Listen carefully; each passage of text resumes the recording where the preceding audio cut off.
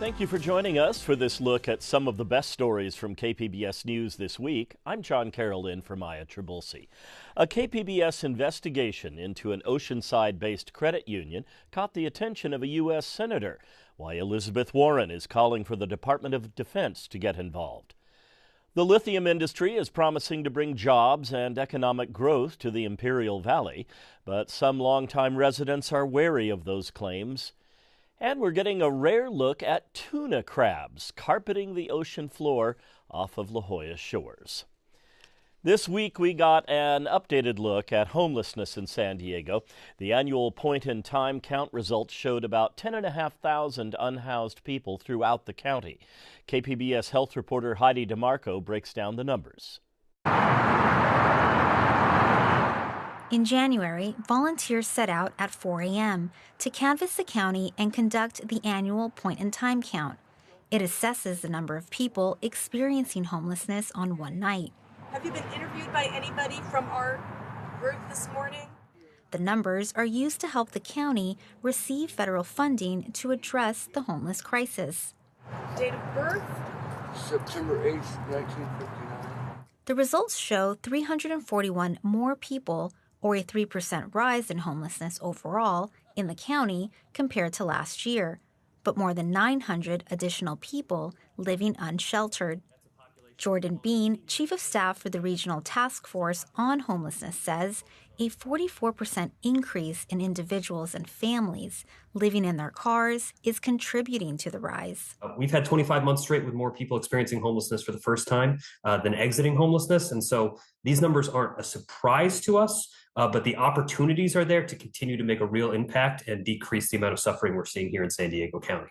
He also says nearly half of people surveyed aged 55 and older reported experiencing homelessness for the first time as seniors. Paul Downey, CEO of Serving Seniors, says it's a troubling trend. So they've gone from an apartment, a home, and because of economic reasons primarily, they're now living in their cars. But we also know from history that what's going to happen is eventually they'll lose the car, they'll end up on the street. The point-in-time count found 1 in 5 unsheltered adults, 55 and older, living in their cars. Those folks are ideal candidates for a shallow rental subsidy to have intervened at that moment, at that precipice of homelessness, to have prevented it from occurring. The county's pilot program gives eligible seniors a $500 rental subsidy.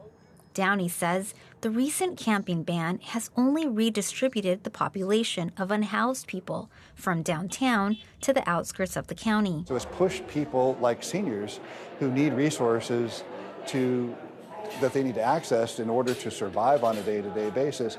They can't access them because they're now miles away from the help that they need.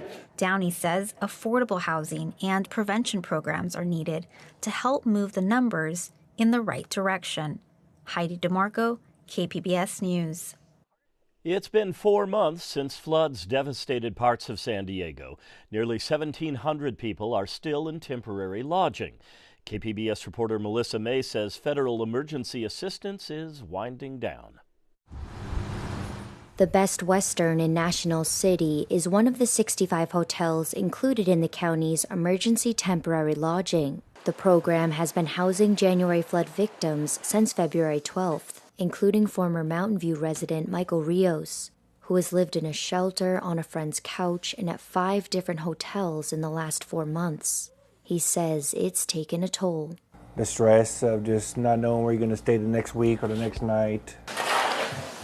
Rios says he lost everything in his apartment on January 22nd. His renter's insurance claim was denied, and his apartment has still not been repaired. The owner of the property, J&J National LLC, told KPBS they plan to renovate and allow previous tenants to move back in, but they do not have a timeline. Rios says local leaders need to do more to help people get back into their homes. We don't want to keep getting extended in hotels or stay in hotels. We want to go back to our place. So if you could either help people pay to fix their places or get on to landlords to incentivize them to get them to move, to get people in, it would help a lot more people, and a lot more people will be in a lot better situations. Rios is one of 530 households still in hotels. But the temporary housing program is set to end on June 21st. Rios says he's been searching for rooms to rent, but doesn't have a place to go yet. My mental health in the beginning was really bad. It's improved, but it's going back to the beginning again. He's also preparing for spinal surgery next month. Not knowing where I'm going to recover, where am I going to, sleep at during recovery for surgery. Jeff Toney is the director of San Diego County's Office of Emergency Services. Toney says the tough housing market is part of the reason why there are still flood victims in hotels. People may not want to move out of their neighborhood, or their house may not be ready. And it's kind of the sad truth and reality in disasters.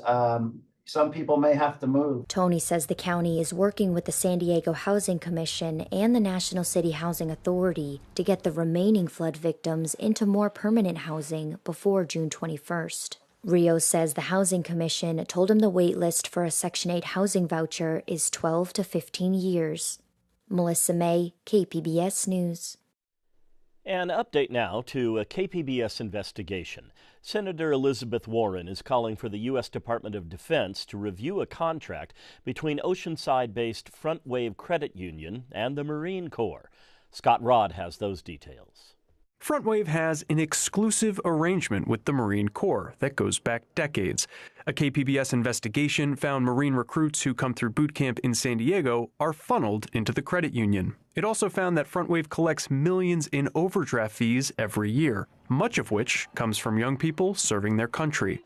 Members of Congress took notice, and Senator Elizabeth Warren spearheaded an investigation. Here's what she told KPBS in a recent interview. We were concerned that young Marine recruits are just plain being cheated by this credit union. And this is just one more example of a financial institution honing in on young, vulnerable service members. Front Wave sent an 8-page letter to lawmakers that answered some of their questions, but Warren is demanding more detailed answers and is now calling on the Department of Defense to get involved. In a statement, she said the DoD should, quote, review its agreement with Front Wave to make sure that service members are not being ripped off. Front Wave CEO Bill Burney declined to comment. Scott Rodd, KPBS News. Mexico's presidential election is a week from Sunday. KPBS border reporter Gustavo Solis explains how it could impact cross-border pollution and long border wait times. This is the sound of a Tijuana apartment building crumbling to the ground. It is just one sign of the city's inadequate infrastructure. Other signs include outdated wastewater treatment plants, dumping raw sewage into the Pacific Ocean, or thousands of cars waiting up to 4 hours to cross the border into San Diego. All of this comes from decades of neglect and is causing serious environmental problems, from ocean contamination because of cross-border sewage to high asthma rates in communities near those long lines of cars waiting to cross the border. But things are changing, albeit slowly. In terms of investment and infrastructure, we are actually right now in the middle of big investments. That's Flavio Olivieri, director of the Center for Excellence in Competitiveness and Entrepreneurship at CETIS University in Tijuana. He's referring to high-profile projects like a new border crossing in Otay Mesa and much-needed repairs to the wastewater treatment plant south of Tijuana. How things change from here could depend on the outcome of Mexico's presidential contest. The two leading candidates in the June 2nd election are Claudia Sheinbaum and Xochitl Gálvez. Both say the environment and infrastructure are high priorities. However, they differ significantly in their approach to these problems. Saúl Sandoval is a professor at CETIS University in Tijuana. He says Sheinbaum's political connections to the current Baja California governor could bring more federal pesos to the region. They are both members of the popular Morena party, founded by current President Andrés Manuel López Obrador. I think that if Sheinbaum wins, and because of the fact that the Baja California's governor belongs to the same political party, I think communication will be better. On the other hand, Sheinbaum's political connections could also hurt her on environmental issues. López Obrador has made domestic oil production one of his major priorities, and it may be difficult for Sheinbaum to pivot towards clean energy. And he believed that oil is a very important asset for the country that gives you, to some extent, that strengthens your sovereignty around the world, right? To some extent, he may be right. López Obrador's embrace of domestic oil production is an example of his belief in centralized power. The Morena party also supports putting the military in charge of major infrastructure projects and managing the border. Galvez, meanwhile, is a believer in small government, and she's not restrained by López Obrador's policies. She's more of an engineer and really has pushed for the use of technology. So in general terms, I think that would be something that could be beneficial in terms of operations.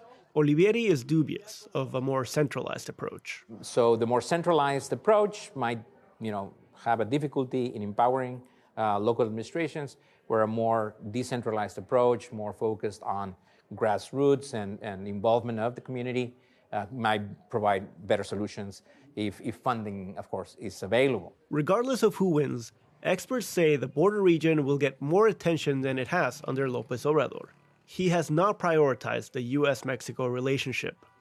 Rafael Fernández de Castro is the director of the Center for U.S.-Mexico Studies at UC San Diego. I feel very comfortable, even happy, and I'm optimistic about them because both of them are self-made women. Either choice is very good for Mexico. But ultimately, Fernández de Castro says local communities along the border cannot depend on the federal government for everything.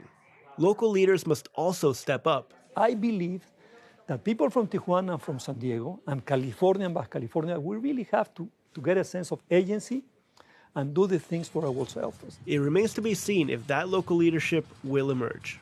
Gustavo Solis, KPBS News.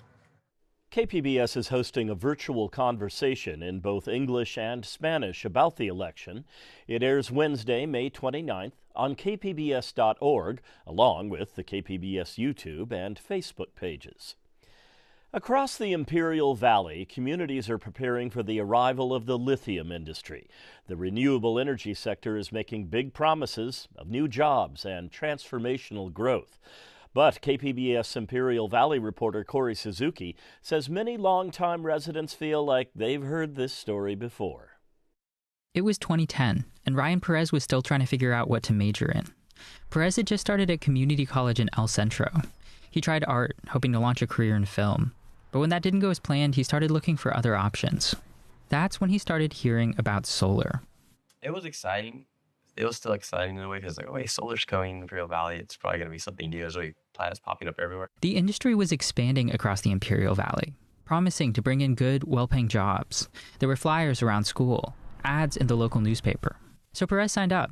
He took classes in electrical wiring and circuit boards. He did an apprenticeship at a small company called Sun Peak Solar. He saw a bright future in renewable energy. But as graduation approached, Perez wasn't hearing back from any of his applications. Those jobs, he said, weren't there. Horrible results. I didn't get any callbacks or anything. Perez's experience was part of a pattern in the Imperial Valley. The region has an abundance of sunlight, wind, and underground heat. Renewable energy industries have come, chasing those resources and promising to bring new jobs and growth. Those promises have mattered a lot in the valley, a place where it's hard for many people to find work. Imperial County is the second poorest county in California. Benny Andres is a professor of history who grew up in the valley and has studied the region. He says that's because most of the land and wealth is held by a small group of people. It's a system where poverty is endemic because the profits, the wealth are not, are so skewedly distributed. Renewables held the hope of changing things. Geothermal was one of the first industries to come in the 1980s. Federal officials had plans to develop enough geothermal capacity to create thousands of jobs. But those predictions didn't pan out. By the mid-90s, development of new geothermal energy slowed. Today, the newest plant is already more than 15 years old, and geothermal in the valley produces just around 500 megawatts of energy, less than a tenth of what they had originally hoped. Around the same time, though, another industry was starting to touch down: solar. Paul Rodriguez is Deputy Energy Manager of IID, the county's main power utility. Now, California has been the trailblazer in terms of solar installs. Right, we had the strictest mandates back then, and continue to have one of the strictest mandates in the country. This time, the technology did take off. In just 5 years, the county went from having almost no solar to signing off on over 30 new projects. Once again, many residents were hopeful that this new industry would bring in thousands of jobs. Imperial Valley College launched courses in solar technology. The local electrical workers union built a new training center. But it turned out that many of those jobs were short-lived. The technology also came under fire for taking over agricultural land. The landowners, right, they wanted a piece of the pie. Andreas, the historian, again. So you had very unfortunate, very good fields, vegetable fields that had been in operation for almost 100 years that were just very productive and a lot of wages, and they were now covered, as we speak, in solar farms. Many residents argued solar was depriving agricultural workers of their jobs and taking more work away than it was creating. Promises were made, yes, but they were not true. They didn't come to fruition. Now, a decade later, another renewable energy industry is making headlines in the region: lithium extraction. This time, the promises are even bigger. Some local and state officials are already rebranding the region Lithium Valley. But many residents remember those past promises that never materialized and wonder whether things will really be different this time. Still, there is also plenty of hope. Despite his past experiences with the solar industry, Ryan Perez is excited about the possibilities. So it just feels like something like new, and that'll make a huge change. Unlike solar, right? Solar was something new, but it didn't feel like it was making a huge impact on like socially and everything else like lithium's probably going to make. Tomorrow, we'll look at what local communities and state lawmakers are doing to try and make sure that lithium brings real benefits to residents of the valley. Corey Suzuki, KPBS News. You can find part 2 of this story on the KPBS YouTube page. That's where you'll find all of our in-depth reporting and where you can stream Evening Edition weekdays at 5 p.m. Divers off the San Diego coast have recently been treated to a rare sight: untold thousands of tuna crabs covering the ocean floor. KPBS SciTech reporter Thomas Fudge spoke to divers and scientists to bring us this story. The San Diego coast is a great place to surf and kayak, but what's really exciting might be happening below the surface. It was here off of La Jolla Shores Beach about a month ago when Anna Sagatov went for a dive one night, and she saw something pretty amazing. As we got closer to the canyon, we started to descend, and it was just a carpet of tuna crabs, just red as far as my dive lights could illuminate.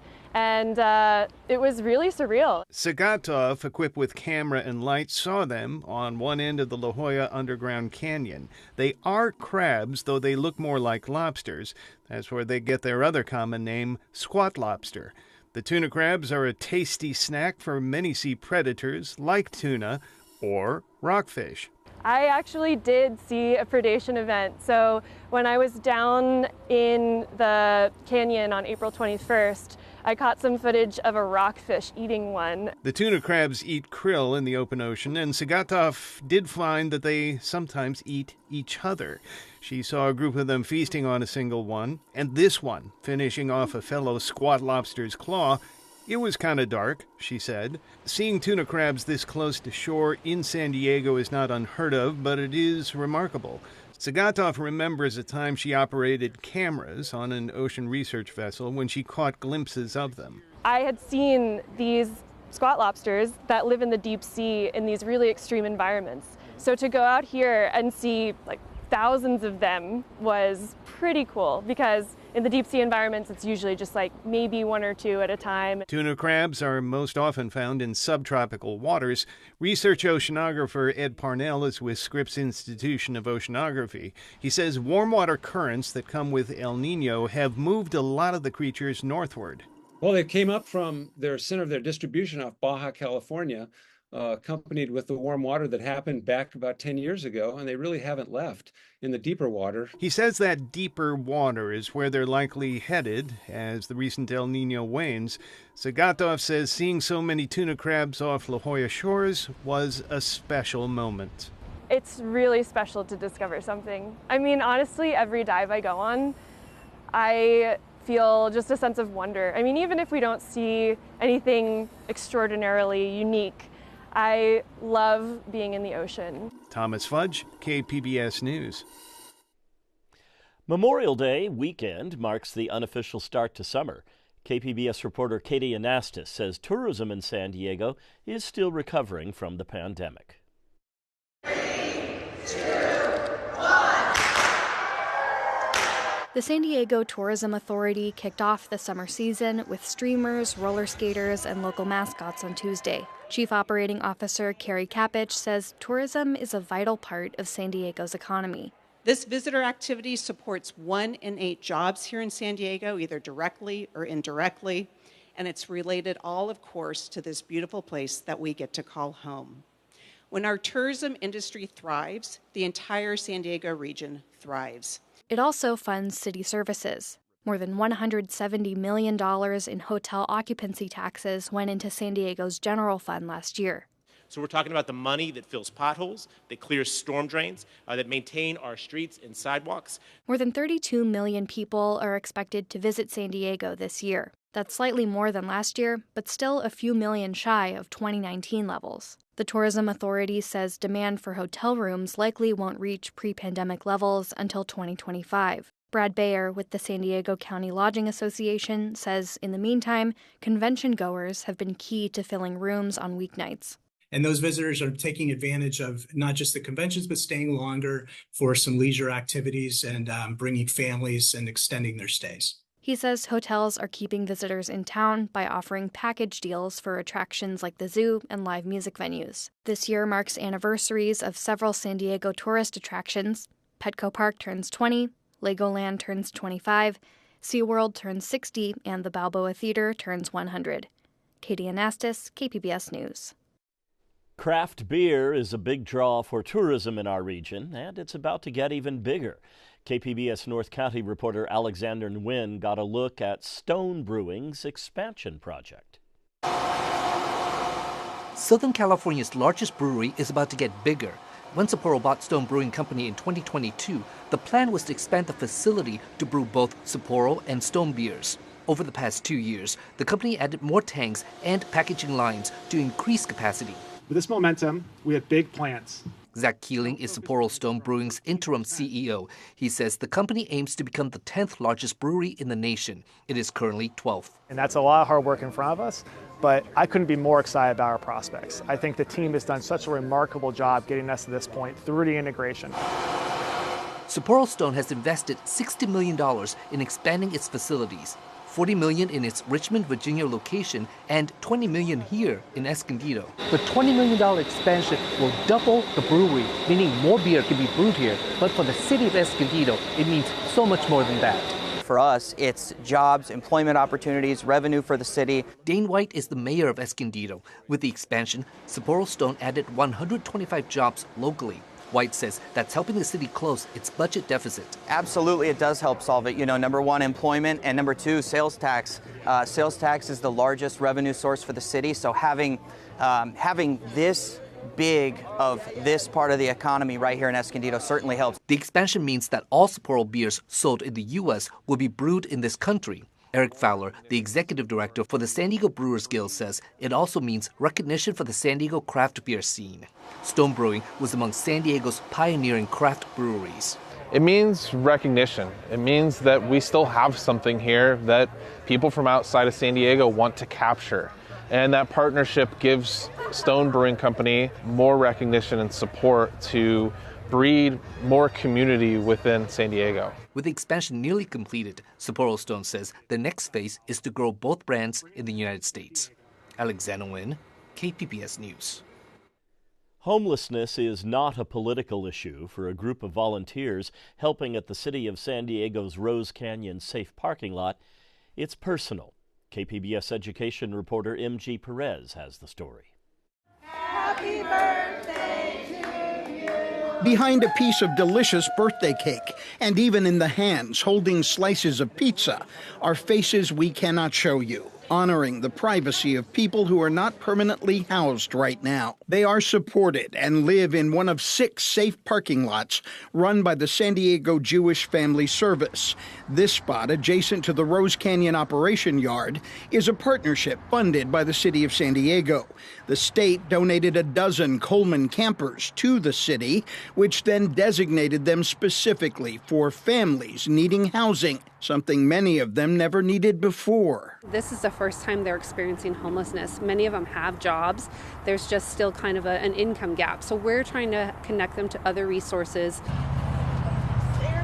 18-year-old Zora Murray wanted to show us who she is so she can tell her story, and it's inspiring. As of right now, I'm homeless, and I feel like because of being homeless, it doesn't stop me. Zora has shared this camper with her mom and 2 siblings for the past couple of months while she finishes high school. I have had straight A's all school year. She is 2 weeks from graduating and plans to attend Miramar Community College and start a degree in business, all with the help of mentors she met here at the safe parking lot. They have told me, like, you're not going to know what you want to do right now, but going into college, you'll figure it out. You could do different things to switch your major and stuff like that and figure it out what you really want to do. But I do know I want to help people. You see their ability, their talent. One of the mentors who helped Zora is Rita Schaefer, a retired teacher who has led a group of volunteers in helping children here with their homework and hope. They bring food, toiletries, and whatever it takes to get them where they need to go next. Sometimes we come and the dear face that we're looking for has moved on, and we have no idea where they went because that's not our privilege to know. And they've moved on and up. And so, but the next family comes in and we go, okay. Needing help is not necessarily people feeling bad for you or stuff like that. It's just people really want to help you. People genuinely really want to help you, so take the help. That's Help Up that someday Zora Murray plans to pay forward to. MG Perez, KPBS News. We hope you enjoyed this look at KPBS News this week. I'm John Carroll. Thank you for joining us.